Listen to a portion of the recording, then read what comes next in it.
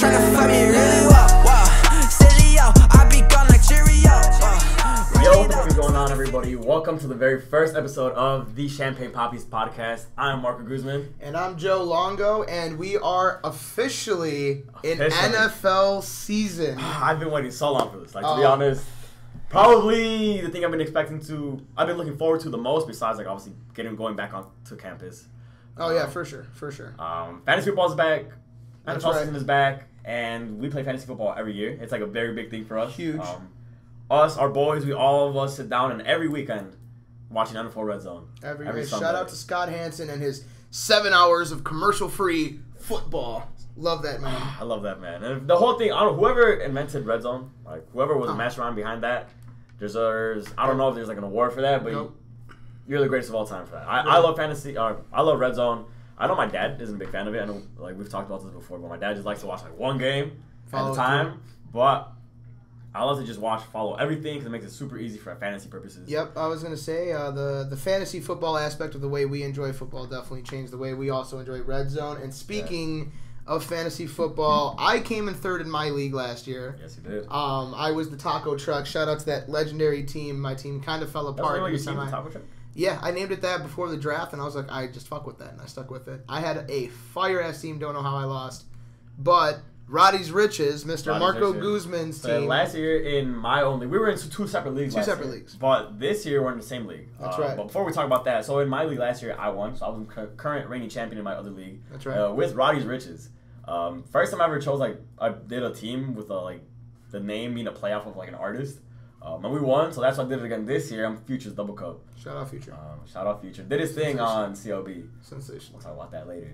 Yeah, coming up, CLB versus Donda. But talking about fantasy, this is the first time we're in a league together. That's right. So this is gonna be very interesting. We've always both just enjoyed fantasy on the couch together, watching Red Zone on Sundays. But now that we're actually in a league together, I think it's gonna change our viewing a little bit because now we're literally competing against each other. We are competing against each other. We don't play each other until week 6, so we get some time to look at our teams, let them develop, and see if the shit talking is worth it. But we will get there. And we will get there, and that will be great. We have to both be here for that. I know sometimes I will be here. I will be here too. But you want to talk about your team first? Let's see what you. I was gonna say, so he's Future Double Cup. I'm Bills Mafia Don. The reason I went with that is that I chose in the 4th round, the highest round I've ever selected a quarterback. I went with Mr. Josh Allen. I think. My team is weird this year. I didn't really prioritize wide receivers as much as I usually do, and I'm not one of those that grab too many wide receivers early. Usually I do one RB1 and one wide receiver 1 in the first 2 rounds, lock those up, and then build my team around that. This year, because I was in the 10th pick and just the way the draft ended up going, I snagged Eckler and Aaron Jones. Austin Eckler's a dog. I have, I think Austin Eckler is on the upside for being at the top 5 RB fantasy-wise this year if he stays healthy. But I grabbed those 2 guys early. I grabbed Robert Woods because I think Stafford's going to make that team go crazy. I think his time in Detroit kind of didn't really let everybody see what he's capable of. So I think being in a new system, being under Sean McVay, who's a great offensive coach, offensive-minded coach, and that team is just stacked. Yeah, I like the Rams a lot this year. I think Matt Stafford. As a Bears fan, I'm a Bears fan. You're a Packers fan. We watched the Lions stick around too many games because of that dude Matt Stafford. And if Robert Woods was putting up 1,000 receiving yards a year with Jared Goff, he's going to put up 7 with Matt Stafford. So I like that pick.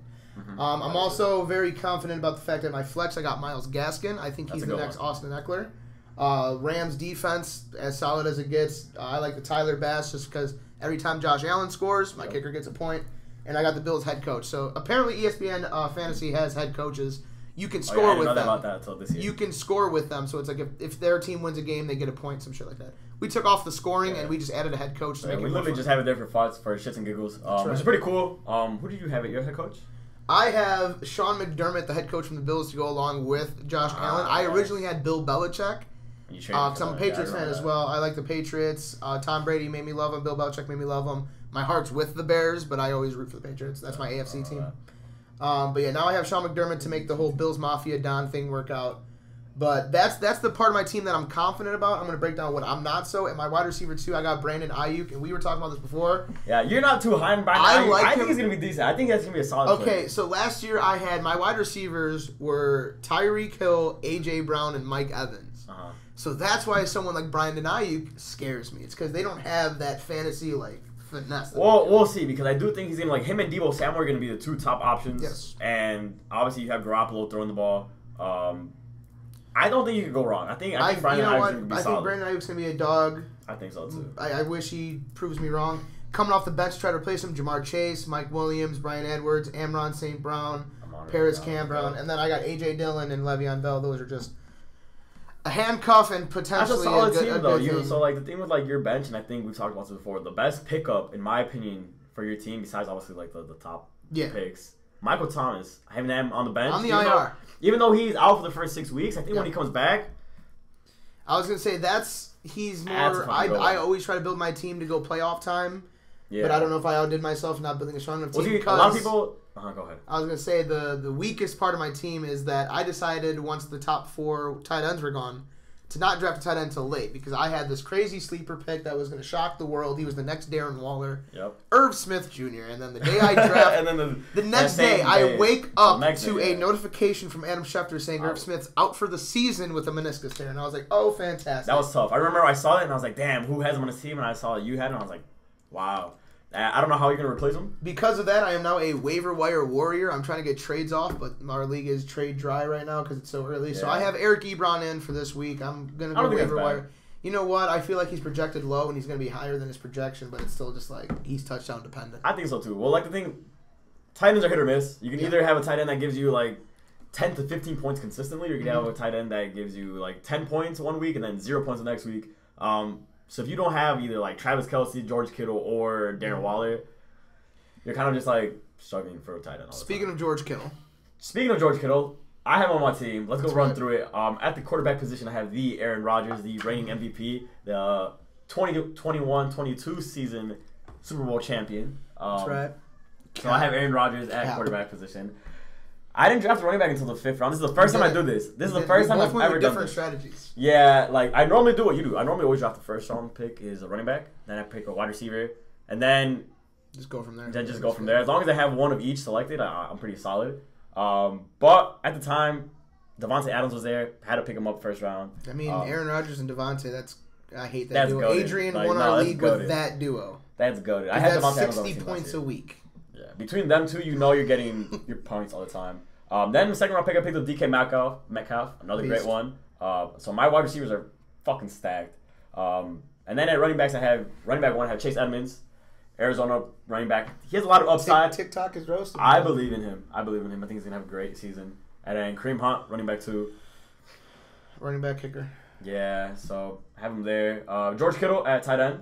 Like we said before, Chase Claypool at the flex currently. It's a good flex. I love Chase Claypool. I think he's going to be great. I hope him and Juju kind of relax the TikToks this year. But if they relax on Juju. Chase is just weird on TikTok. Juju's the idiot that makes everyone roast him. That is true. But hopefully they can just go off. I know Big Ben is back. I have the Bucs defense, Justin Tucker at kicker. And then I have Pete Carroll at my head coach. Obviously, the coaches don't score any points, but it's just kind of cool. It's fun to have. It's fun to have. Yeah, it is. Off the bench, I have Deebo Samuel. Like I said, I believe in him and Brandon Ayuk a lot. Ronald Jones II. I like Rojo. I do too. And then obviously he's on that Super Bowl winning team. So yeah, I think he's RB1, but it's just an RB by committee. But I think I don't know why everyone has Lenny Fournette for him. But I don't know. We'll see how the season unfolds. We'll see what Bruce Arians concocts and all that. They got Gio Bernard now too, so they're gonna do some shit with him. They're stacked. Then I have Cole Beasley, the OG vet. David Johnson. We'll see how it goes with him. He might be traded. He might. We'll see how that goes. I have Trevor Lawrence as a backup QB. Future GOAT.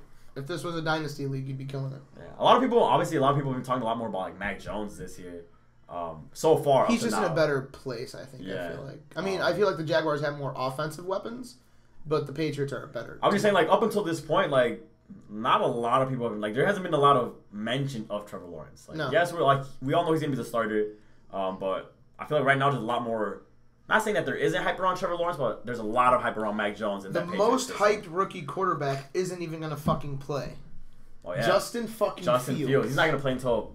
If I were the Bears, I wouldn't play him until week 5, week 6. Yeah, I was gonna say week 6. I feel like that's his in second quarter, Justin Fields replaces Andy Dalton. A lot of people were like, oh no, he needs to start right away. But I respect the decision, and I also am too. pissed at the decision because, you know, there's the fan part of me and there's the realistic part of me, and they go at each other sometimes. So the last two people off my bench, I have Hunter Henry and Nelson Aguilar. Just want to get those out the way. Get some Patriots guys. You know, I don't trust any Patriots players. I don't trust any of them, but someone's bound to be a star on that team. We'll see. I mean, I have two of them, so hopefully somebody can do something because they do need somebody to carry the workload for that team. But yeah, so those are our two fantasy teams. Those are our two fantasy teams. After draft day, I was projected 10th to start. I slid down to 11th the next morning when Irv Smith goes out. I've somehow clawed my way to 8th without a single down being played in the NFL yet. You've stuck around at the top. You were projected number 2. Still projected number 2. I definitely think it's an uphill battle. I think as my team becomes, I wouldn't worry too much about projections though, because they always give the projections and then like it never really ends up being that way. I was gonna say, last year in my league, Adrian was projected 11th and I was projected 10th, and he came first. I came in 3rd. Yeah, same thing. I know I was projected like beginning of season, I was projected like 6th. I ended up winning. It's also hard to have a high-ranking projected team when you're drafting 10th every year. So it's doable though. It's doable. Probably somewhere out there has won. In our league poll right now, the question is who will finish last in the league. There's a vote for Carlos, a vote for Saul, and a vote for Payan. Yeah, a league poll. Where is that? It's off to the side, to the right. So you can go ahead and vote in that. But it looks like we're about to run out of time in this segment. Yeah, I'm gonna vote for Carlos because I know you said this is the first year doing that. So. Yeah, we figure that everybody has heard enough about NFL football and fantasy football to the point where we don't need to go down into too many crazy details, and we don't want to waste your time with it. So just wanted to break you down our team as we head into the first weekend. Our love for Scott Hansen is big and large. Yeah, so until we figure out this whole camera situation, we're going to break this up into segments. Okay. All right, so as I was giving the explanation, it cuts out. So that's kind of ironic. So yeah, our camera, it only allows us like a 12-minute segment at a time before it automatically stops cutting, and then we're just... Don't know why. It actually is nice for us because it forces us to do segments. It's going to be easy for us to break up and put onto YouTubes for y'all to watch and enjoy. Instead of uploading one like giant video, it's going to take like years to upload. Well, not years up, like a few hours. I don't know. I honestly don't know how long it's going to take to upload. I mean, if it's if we only do the couple segments, it depends on how many segments we do. So 3 segments you're always going to have no matter what when you tune in each week. You're going to have an NFL or NBA based segment, so professional sports.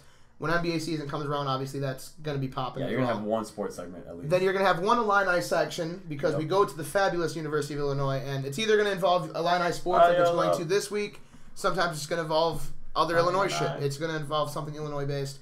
And then the last part you'll always have something that's non-sports related. Yeah, so something in the culture, music, culture, food. We'll find something for you guys that isn't just sports. And then if we need to add more segments, we'll add more segments as we need. Yeah, so I mean, there might be some weeks where we put on 6 segments. There might be some weeks like this week where we have just the basic 3. Yep. And of the basic 3, the one we're getting to next is Illinois. So going from football to football, I want to get this out of the way now. The huge disappointment. I said it last. Okay, so we wanted to do a podcast last week. But see, I never knew. I didn't expect them to lose a UTSA. Okay, so we were doing the podcast last week, but we didn't get it right enough to put out. Yeah. And in that, I always said Illinois every year books a mid-major that for some reason goes crazy, and for some reason we can't handle, and we pay $1 million. We should win. We pay $1 million to lose embarrassingly. Yep. We paid $1.1 million to play the University of Texas San Antonio, and we lost. And it came. I mean, we literally lost by inches. That's the promising part is that it came down to a Hail Mary, and Casey Washington makes a crazy grab. I was right there on the sideline next to him because my great job. Shout out Illinois marketing. I fuck with this job. I'm always on the sidelines of anything. So if I give you an Illinois insight, it's usually pretty strong. Illinois insight. So his foot, I think part of his shoe landed inside, but obviously most of it landed on the white line, and he was out of bounds. That was tough to watch because I really thought when I saw it at first, I was like, is there a chance here? And then when I saw him go up and actually grab it, I was like, no way. And then he stepped out. He was out of bounds. I was like, shit. See, it didn't break my heart because I had that weird we're gonna lose to UTSA somehow this weekend feeling. It's a common Illinois feeling. It is a common Illinois. The part of it that's somewhat deflating is that. We got the new coach. We got Brett in. We got Brett in over Lovey now, and it felt different when we beat Nebraska, which is why beating Nebraska was hype. If we take down this strong mid-major, we have momentum going into Virginia, and if we win that Virginia game, we're obviously going to take care of Charlotte because we always book two easy non-conference and one that's not. Yep. So I mean, I guess Nebraska would be the easy one. But the Charlotte game, that's kind of going to be our walkover. That would usually be our week 1 if we didn't play Nebraska. You know what's tough about college football is that. For example, the top teams, if you lose one game, you're basically out of the college football playoff. We can't make the college football playoff because no matter how hard we try, we lost to UTSA. Yeah. So no matter what we do, unless who was the team last year that lost a game, or 2 years ago that lost a game and still made it to college football? I was gonna say we also don't have the pool of Oklahoma or Ohio State. Exactly. So, but yeah, that's kind of tough. But I think we're still in a good place. I think we're gonna make a bowl. Yeah, I thought we were gonna win because of that Nebraska win last week. That was good to see, even though our starting QB went down in the first few minutes of the game. Honestly, if we had Brandon Peters, I think we handle UTSA. I think he played good in the fourth quarter once he started hustling and putting it all on. But for a while there, the offense just I mean, he looked promising in the Nebraska game. He did some decent things. He was a good game manager. But we'll see how that unfolds. But let's transition over to what U of I's. Yes, U of I's men's basketball team is fucking elite. Last year, unfortunately, our run was cut short because we lost to Loyola, which is tough because obviously number 1 seed, they were a number 7 seed, 8 seed. I think they were 9. Oh well, yeah, they were one of those lower ranking seeds, and we lost to them. I mean, that is March Madness, but that was tough. I think currently we are in the pre-AP top 25 rankings. Or I saw something on ESPN that gave the rankings of the top 25. We had U of I at 13, which I think is low. We definitely should be higher, especially with Kofi back. I was gonna say I thought we were top 20-ish without Kofi. I think we're top 10 locked in with Kofi, and I'm surprised that we're not lower. Yeah, and not just Kofi. We also brought back Trent Frazier. We also brought back DeMonte Williams, and then we picked up obviously Andre Curbello's back. Curtis Granderson. No, not Curtis Granderson. That's this man said a baseball. That's a baseball player. Jacob Granderson. Jacob Granderson. I'm a big baseball fan, so if I do that, I guess. Hey, shout out to Curtis Granderson. I worked for the Chicago Dogs baseball team, and that man was at a game, so shout out to him. Yeah, wow, that was embarrassing. But yeah, he's back. So we're gonna have a solid squad. We basically bring back a lot of the core players that we had on our team last year when we had that deep run. Deep run, 2 runs. So I'm gonna say something that I guess some people would consider a hot take. Ooh. I think that Illinois basketball is going to be better this season than they were last season. Honestly, I don't think that's that hot of a take. I think it's a hot take in the sense of the public opinion because we lost our star, Ayo Dosunmu. Luckily, he was a freshman when I was a freshman, so the 3 years I've been a huge Illinois basketball fan. Shout out Ayo, man. He's been at the Illini legend. Illini legend for sure. He's one of the best to ever come on this campus and hoop. Shout out to him going to the Bulls. Can't wait for my jersey to come in. Bought that an hour after he got drafted. That was insane. I remember you sent me a picture of that. You sent a picture in the group chat. As soon as he got drafted to the Bulls, I was order. Yeah, that was clutch. But he was one of the greatest to ever do it. So it's gonna hurt. It's gonna hurt without him some games. But I feel like our depth is ridiculous. Yeah, I think our freshmen are ridiculously underrated. We picked up 3, 4 stars. Yes, something like that. You got R.J. Melendez. You got Brandon Petashevsky. I don't remember the other. And then Luke Goody. He's a shooter. That's a Larry Bird boy right there, man. I don't remember the other. Yeah, no, we got a deep ass squad. And the game that I come to, Andre Curbelo is only going to get better. Trent Frazier and DeMonte Williams are essentially NBA veteran age at this point. Shout out to Trent Williams. The day that we're recording this is Wednesday, September 8th. Trent Frazier just turned 23. So happy birthday to Trent Frazier. Shout out Trent Frazier. You are the GOAT. Jordan year. Yeah, what a dog. Trent Frazier. You know what? He interacts with me, and you know what? As a star player, doing that with your fans and people that are working for the team and all that, that's huge. Yeah. Andre Curbelo is only going to get better. Kofi is in the National Player of the Year conversation now. And the thing that comes to my mind, obviously, I want to give some love to our wings before I move on. Coleman Hawkins, Jacob Hawkins. I actually saw him the other day walking around campus. Dude, they're going to be dogs. They got the we have a squad, man. I think we have... The game that comes to my mind was that 20-point blowout against Michigan where we didn't have Ayo last year. Because that's a team built around Ayo, and they still went out and beat one of the top teams. I remember when that happened. We actually did pretty good without Ayo. I know, obviously, we want Ayo on the court, but... As a squad, being led by Andre Curbelo, Trent Frazier, and Kofi, we were doing our thing. I feel like having Ayo would have been adding... It's like adding Kawhi Leonard onto the Lob City Clippers. Kawhi Leonard is a dog, and he's leading a current Clippers team in the way that he is. But the way that Lob City Clippers team was built, it was meant to be fast-paced, ball-moving, nonstop, all that shit. And Ayo's more of a, let me ISO a guy and slow down the game. So it's that is true. It's like Ayo is an MVP level player when he was in college. He came second in National Player of the Year conversations.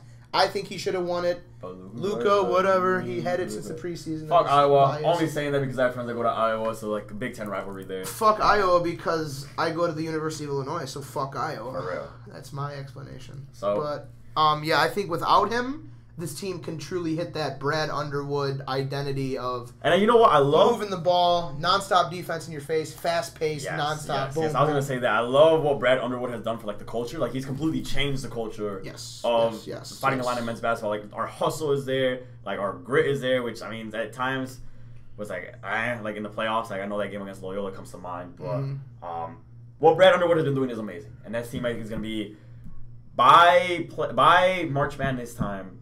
We're going to be a top 5 team. Yeah, easily. We were number 2 last year, and I think this team is a better built roster. I agree. But Brad Underwood, Ayo Dosunmu, Kofi Coburn, Andre Curbelo, their names are stapled in. While I have time to be a talking head, I'm going to give extra credit to Trent Frazier, Devontae Williams, and Aaron Jordan. Yeah, Aaron Jordan. Those 3 guys right there, they got brought in by the other coach at Weber, whatever his name was before Underwood. I wasn't here before Underwood, so I don't care. They stick around with Underwood. They help build the culture. They're the kind of the 3 guys, the 3 horsemen that like they're gonna slip away in Illinois history to a degree. Trent Frazier, I didn't know not much so about much. Aaron Jordan until your talks about him. Trent Frazier, not so much. He's gonna be kind of stapled in Illinois basketball as well. But those 3 guys are gonna kind of slip under the radar for a lot of people, and I want to make sure they get their credit. So they definitely helped bring Illinois basketball just as much as Ayo and Kofi did. So and this season, I mean, we have a lot of good games lined up, man. Schedule just released. Schedule was just dropped earlier today. I'm currently looking at it, and we have a lot of good games, a lot of good Big Ten competition, a lot of out of non-conference games that should be exciting. So I'm excited. What would you, looking at the list of games, what would you say is your favorite, or the game you're anticipating the most? Every year, I look for that Iowa game, and the fact that it's on the last day of Big Ten competition, that means the Big Ten's expecting us and Iowa to go at it. They got Michigan and Ohio State going too. They're expecting those 4 teams to be what's at it. And that's what I expect too. I'm not going to pick a Big Ten team though for my actual one. I just wanted to get Iowa out the way. Yeah, the game I'm looking forward to the most. December 11th. Yes. Home game against the University of Arizona. One of my best friends, James Hanna. Shout out to James Hanna. He's an Arizona. Cool guy. He's an Arizona Wildcat throwing up the hand sign for him. It's not a gang sign. Don't worry, it's a college sign. Like, yo. Someone back home's like, hey, yo, remind me what the fuck you just do? But yeah, shout out to James Hanna. We've only played them once since we've both been in college, and that's when they had Nico Mannion and all that, and they were a great team. They took down Illinois. So I need at least to even up the series, hopefully see him in March and take him down again. But that's the game I'm looking forward to. How about you, man? Well, see, for me, I was going to say that Iowa game because I do have a lot of good friends that go to Iowa, and we always like to just talk our shit back and forth. But besides that, I think that Michigan game is going to be excited, especially the one we play at home. U of I versus Michigan at home is always a crazy experience in person, and we're gonna be back at the State Farm Center this year. Rocking. So the spaceship in the student section, it's gonna be fucking hype. Gonna be fucking lit. Orange Crush sells out in 3 hours. Oh yeah, that was insane. So Orange Crush is like the student section. There's like 3,000 tickets to sit in the student section. You got season pass tickets to the whole thing, and those 3,000 tickets they went live last Wednesday, September 1st. I remember the date. So last Wednesday, yeah, it was last Wednesday at 9 in the morning. I remember I was in class when it was happening. And me and the kid sitting next to us, shout out Josh if you're watching this. We both pull up. And they cut off in the middle of that little talk right there. But we will get this under control, don't worry. Yeah, we'll kind of get a hang of this, obviously, for the very first episode. Where was I? Where did I leave Orange Crush, 3,000 tickets. Oh, yeah. You said you were buying them. I personally don't have to buy them because, again, my job, I get to be on the sideline. But what were you saying about you and Josh buying them? So, yeah, me and the kid who sits next to me in class, Josh, we pull out our phones, and instantly we're like, we both pull out our like credit cards and everything, our debit cards, and we're just like typing in numbers. And we got ours. But by noon of that day, so within 3 hours, those 3,000 season tickets, gone. Like, that's actually insane to me, like, how quickly. I mean, so I'm in the marketing team, so I get to help out with that type of stuff and know about that. And I will say that the people we have right now, so obviously at the top we got our head honcho, Cassie, Joey and Elena, they're new, and then Julia, and then this guy named John. He's just a co-worker with me, but he also runs Illini Pride, which is all of our student sections, so football, volleyball, that. He's the president of all that. They killed it, because first off, we sold Block I Out, which is our football student section. We sold that out, and we were only expecting to sell about 1,500. That was our goal, and we sold out. That one sells out. They've been absolutely killing it because they kind of lead that a little bit more. So very proud of my team and all that. But yeah. Yeah, shout out to the marketing team. They've been doing a lot of good things, especially with the Illinois sports. Hey, we're going hard. And especially basketball. I mean, everybody's hyped. Obviously, the success we had last year.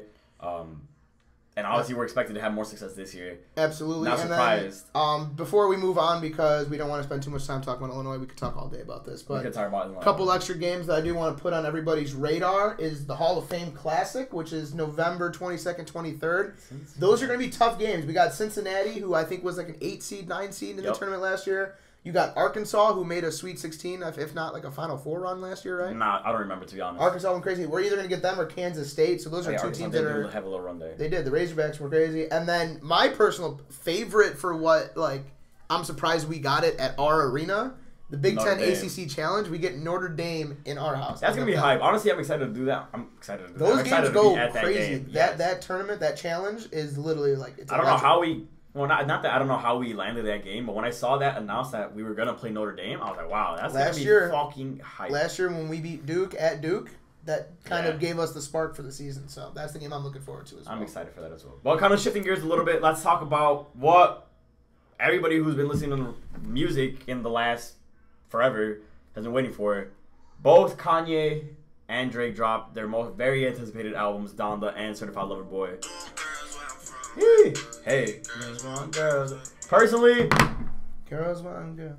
Certified Lover Boy takes the cake for me. Not saying so. The thing is, what I do want to clear before getting into the discussion is that I love both artists, and I don't like how people who are Drake fans hate Kanye fans, and people who are Kanye fans like hate Drake. Like they could coexist. I love both of them. I just happen to like Drake a little more. Right. So going off of that, I love Donda. Like I do listen to Donda a lot. But Certified Lover Boy, man, like from the moment I started listening to it, all the way to the end, like the very first time I ran through it, I was like, yo, this is the greatest thing ever. Like no skips at all. Like these are all bops. I love it. So I'm on the same boat with you that I absolutely love and respect Kanye. Yep. Drake is my personal favorite rapper, artist, whatever. Like I think the greatest artist of all time is Michael Jackson, and I don't think that's ever going to change. But I think in terms of creating like hits and good music in the moment right now, there's no one better than Drake. Yeah, He didn't lie when he said, like, it's not even made for the radio, but it's that New Jersey Drake. Yep. They're still going to play it. That's just the way it goes. Yeah, I love Drake. I mean, he's been doing it for the last, like, 10, 11, 12 years. He's been doing it since we were little. I mean, he's been doing it since I was in elementary school. I was, like, fucking 7 sitting in my mom's Ford Taurus listening to, I better find love. And then he had, like, us in 5th grade just saying, YOLO, like, you know, like. Has his absolute killerness dropped off a little bit? Sure, he's not making the same. It's not nothing was the same. He's still making But he's still making great music, and that's the part that pisses me off, is that people are like, oh, this doesn't compare to Take Care, or it's not as good as My Beautiful Dark Twisted Fantasy. I mean, you're literally talking about fucking masterpieces when artists were in their prime. Kanye's a billionaire, and Drake's like half a billionaire. Yeah, Drake's They don't need to sit in the lab and make this crazy music no more. They're not like J. Cole, where their whole life is about making this craft. Yep. Drake is making music for everybody to fucking listen to make their Instagram captions, and to make money. Hey, Kanye's making music trying to change landscapes. Every time Kanye makes music, he's trying to change something about music, and that's why it's hard to digest it. And so, I think that's where a lot of the, I guess, the conflict comes in between the whole Kanye and Drake thing, is because everybody was expecting them to drop, like, Take Care, College Dropout type They were music. expecting goated albums in 2021. And now, I still think Certified Lover Boy is a goated album, in my opinion. I mean, he had the top 21 songs on Apple Music for 3 days. Too, and I'm not going to call Scorpion goated. But I think Certified Lover Boy is a lot better than Scorpion.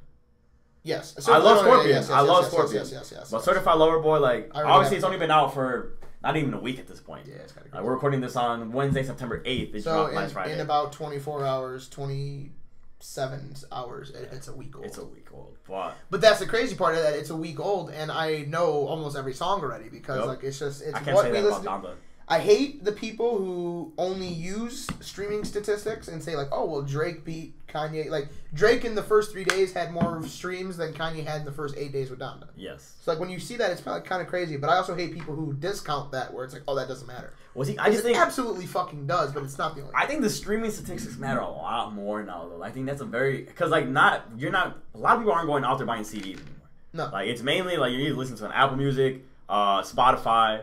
Shout out Apple Music gang. I know you're a Spotify gang. But you have people like streaming them all the time. And I think, at least now in our generation in society, I think those are better measurements I think I understand what you're saying, and that's why I say like it definitely does fucking matter. I hate people who discount it, but the reason I say it doesn't is that Avatar was the most watched movie of all time or whatever, and that's by far not the best movie.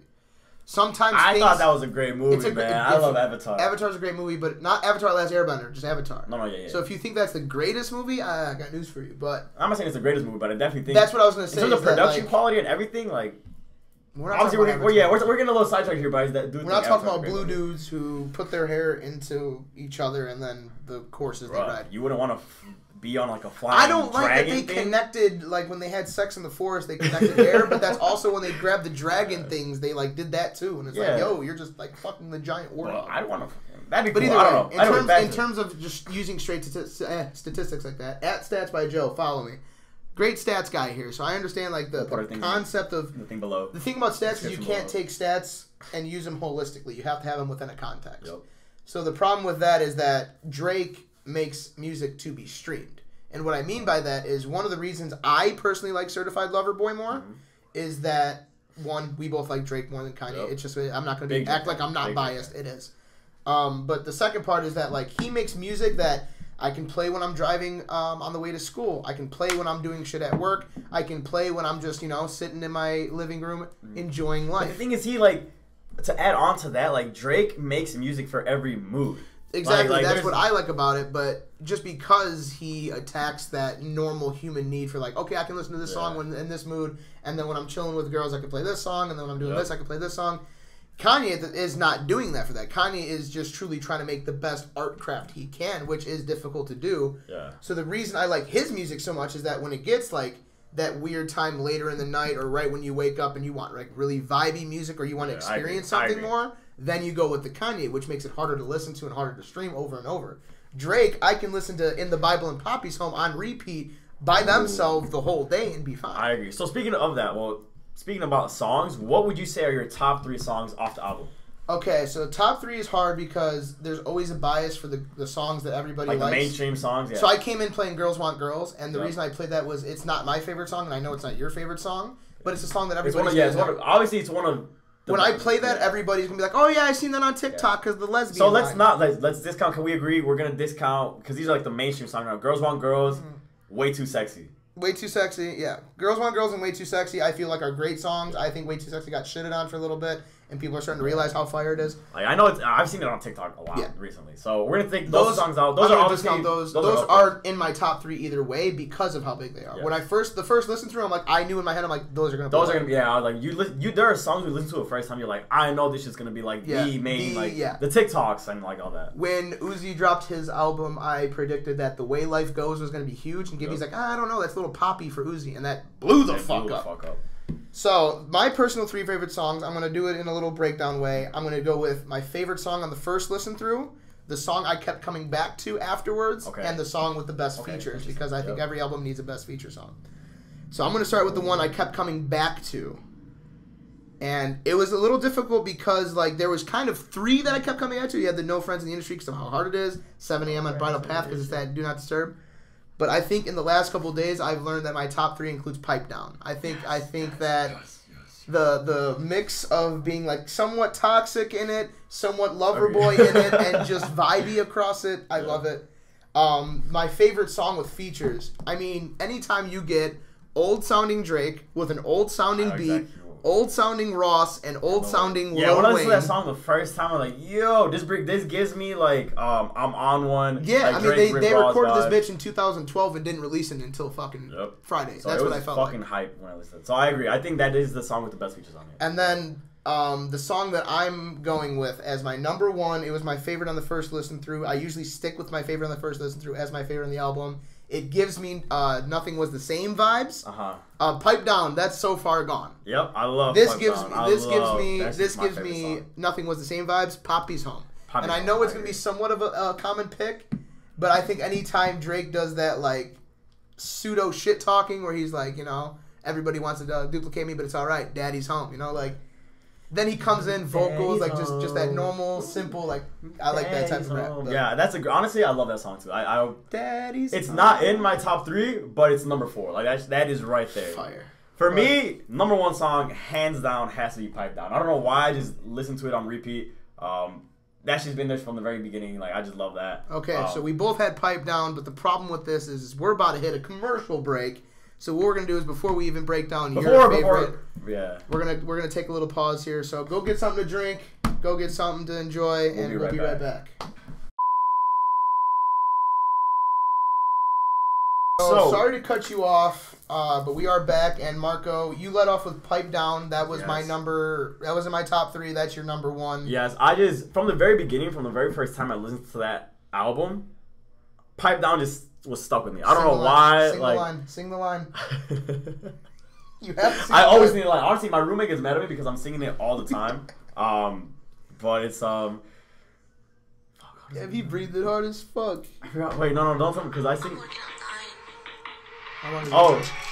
You say you belong to the streets, but the streets belong to me. It's like home to me. All right, before we get hit with copyright. So like that song, like I sing that. You can ask my roommate. Shout out Ricky. But like I sing that. I mean, I say it all the time when I'm here too. Yeah. Like I sing that line all the time. And for that reason, Pipe Down has to be my number 1 song. I don't know why I brain farted there. I couldn't remember the lyric. It's all good. And then you played it. But besides that, I think No Friends in the Industry, I definitely have to put in my top 3. Like, no friend in the industry, my brother's been my brothers. Like, that just goes hard. I listen to that at the gym all the time, too. That's a bop. I listen to that shit all the time. And then, kind of one that, like, I really enjoyed because I love the R&B Drake. Like, R&B Drake for me is top tier. You know, like A1. Get Along Better with Ty Dolla $ign.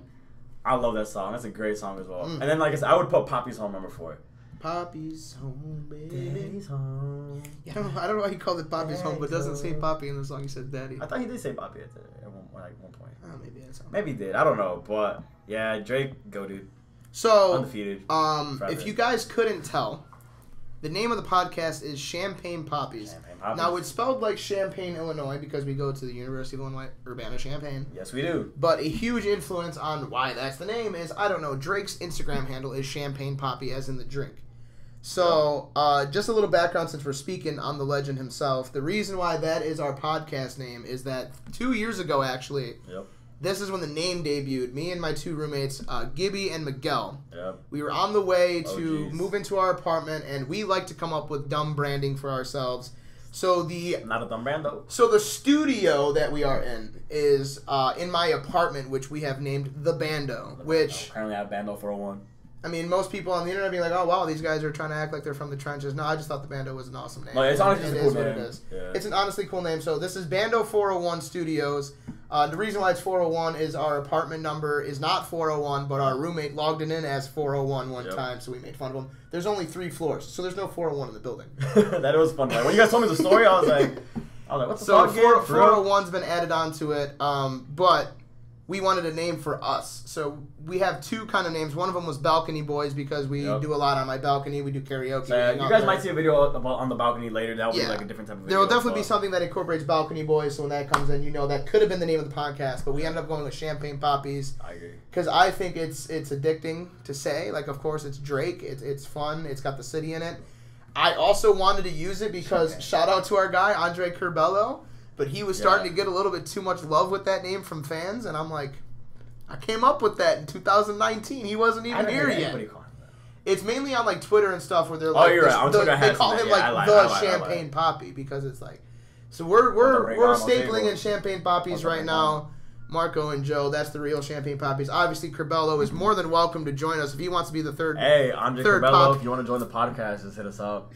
Shout out to Andre Curbelo. Shout out Andre Curbelo. Love that kid.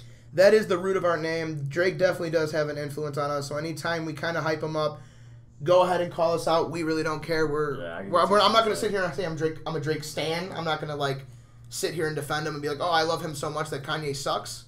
Yeah, I'm not gonna say but that. I definitely. But we are big Drake fans. Like, I know we both agree that Drake is definitely, in our opinion, like top artist of our generation, hands down. But to be fair, we should talk about who is arguably another great artist and give him a little bit more credit. And we got to talk about Donda more than we did. So my thing with Donda, as I was saying earlier, is that Kanye does a lot with his music, and it's hard on the first couple listens through to enjoy it. And everyone on the internet, Kanye stans are just as bad as Drake stans. Drake stans are a little bit more sus.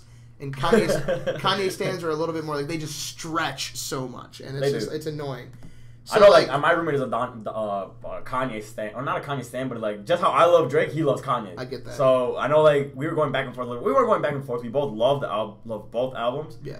But he's way higher up on Donda than I am, and I'm way higher up on Certified Lover Boy than he is. That's fair. So that's been interesting to go back and forth with him. So it's crazy to me because, like, when I look through it, I'm not gonna say I liked Jesus is King, but I liked it more than most people did. I liked Ye more than most people did because I feel like people were just hating on both those albums just to hate on them. The thing about Kanye that I've kind of, like, it's kind of hurting my heart is he isn't able to put together the full album anymore. And that's kind of what I feel like people are hating on him for. What do you mean by that? All right, Drewski. What I mean by that is that, like, a lot of it feels somewhat disconnected. The songs don't necessarily go into each other anymore. Like, it's like he's trying too many new things on the same album. Like, on Yeezus, he was trying, like, all the crazy auto-tune and shit like that. On 808s and Heartbreaks, he was trying 808s and all that. Like, he usually brings a piece into the game. And on, like, the last couple albums, he's doing too much with them. And, like, the gospel-y, I respect it. I understand that's him, and that's why I try not to hate on it. But it's also like, listen, bro, I'm a 21-year-old college kid. I'm not trying to bump too much singing light music. Like, if you're gonna have a singing part, have it with a lit beat in the background, like it's fucking, you know. Like, I understand the whole. Like, I understand why he does it because obviously it's him. But I think this was way better than I think Donda shits on Jesus King and Ye, which gives me life because it's like it's his first album since Kim. It's his first album since that whole thing happened, and it's just like he needs to get back to being dickhead Kanye if he needs to. I miss the old Kanye. Straight from the go Kanye, you know what I'm saying? And then, well, one thing I will say off the bat, like, well, for both albums, these fucking cover arts, bro. Like, for Donda, you get a black screen, and then Certified Lover, but I thought that was a joke. I thought that was a joke, too. Like, when they said, like, official cover art, I was like, nah, Drake's just trolling us. And it actually ended up being the official cover art. I like Drake's for the concept of what you can do with it digital marketing-wise. Like, everybody made something with it, but it's like, dude, we even did one. Like, we're trying to defend you here, and you have 9 emojis of pregnant females on your fucking on a white screen. I thought originally when 12? they had like it's the 12. Yeah, it's 12. But originally when he had the CLB, like the gold lettering with I like the that flower in the bottom, I thought that was gonna be the cover. That's it. Simple, that's what he needed clean, to be. Certified Lover Boy. That's Drake. You know what I would have fucked with? It's like if he would have made that the actual main cover, and then like just thrown that into like the back cover with the fucking songs on it or whatever. Yeah, I would have fucked with that. But like that CLB, like you literally sold merch with Nike using that logo. Why wouldn't you make that your album? Like, but he's worth. Anyways, back to speaking about Donda. What off the album? Because he did the same thing with CLB. What are your top 3 songs off Donda? Top 3 songs. I have to put Jail. Okay. I think just to me, to a certain degree, like the song that gets stuck in my head, it's gonna become one of my favorites because I'm gonna have to listen to it a bunch. So the guess who's going to jail tonight? Shout out to my lost voice. I'm usually a good singer, so you'll hear some vocals throughout the year on this. You do got some vocals. I put Jail up there. I like. Okay. Oh no. Let's go top 3 for real. Top 3. Anytime you get Kanye and Kid Cudi together. You're gonna win my heart. So Moon is in my top 3. I love Moon. Jail beats out, in my opinion, Hurricane and Jonah for that 3rd spot because like Jonah's got that. And then Hurricane's got the Weeknd, which is also a good feature, great feature, I should say. So those parts were tough, but I'm gonna put Jail above it. Okay. And then I'll put Moon as my number 2. Okay. And I think my favorite song, and I know my favorite song, Off the Grid. You get Playboy Cardi, who doesn't blow a feature for once. Fabio dropped probably. He does. He can blow a feature. No. I'm saying no. Cardi usually blows his feature, which is why he doesn't finally. I mean on Pain 1993. Yeah, I was gonna say Pain 1993 was questionable. That shit was. Then you get Favi, who probably dropped the best verse in the album. And you get rapping Kanye. Like, all the other songs are like Kanye halfway rapping, halfway gospel singing, and it's like weird. You finally get him where he just goes on a beat, raps away, and he dropped mine and Gibby's, one of my Gibby's favorite line with they're playing soccer in my backyard. I think I see Messi. Like, just the way he says that. He did. I love that shit. So those are definitely my top 3. I remember he Snapchatted me. He was just saying that. But like, Off the Grid is the single song I can truly say I can put into a playlist and not worry about it coming on no matter the situation. Like, it goes along with if I'm listening to Dirk or if I'm listening to this or if I'm listening to that. You know what I'm saying? Like you can throw Off the Grid in. I agree. Well, so honestly, my top 3 isn't that much different from yours. I also have Moon. I also have Off the Grid. Off the Grids. But I'm gonna put in Hurricane in there because I like The Weeknd, man. Like The Weeknd and Lil Baby. Yeah, that's why Hurricane almost takes it. Yeah, honestly, for me, I didn't really like Kanye's part as much in Hurricane. Mm-hmm. But like The Weeknd and Lil Baby go off. Like at first, me when I saw they were on the song together, I was like, okay. But that shit was fucking beautiful. Like combination of just like The Weeknd's fucking vocals and then Lil Baby's rapping. I don't know, it's beautiful. It's like sex and drugs. You just put them together. It gets better. And you have a college kid. No, but honestly. But one thing that I kind of want to branch off of it is I heard a Drake and Uzi snippet, and that is the combo I have been waiting for. I am a huge Uzi fan. Uzi should have been on Way Too Sexy.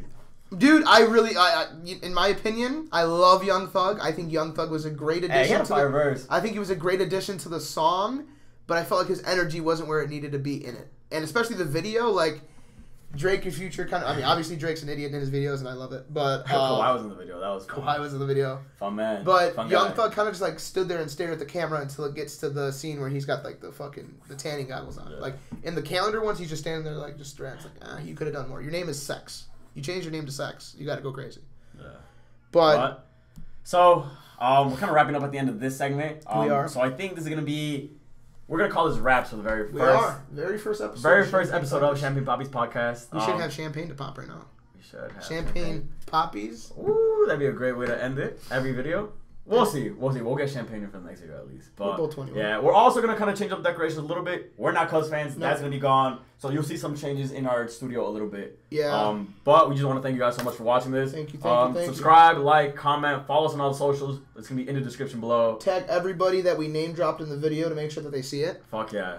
Hey, Andre Corbello, join us on the podcast. But hey, for the first time, take it easy. Thank you for watching the Champaign Papis. Sheesh! Pretty chilly. I've been trying to find me really well.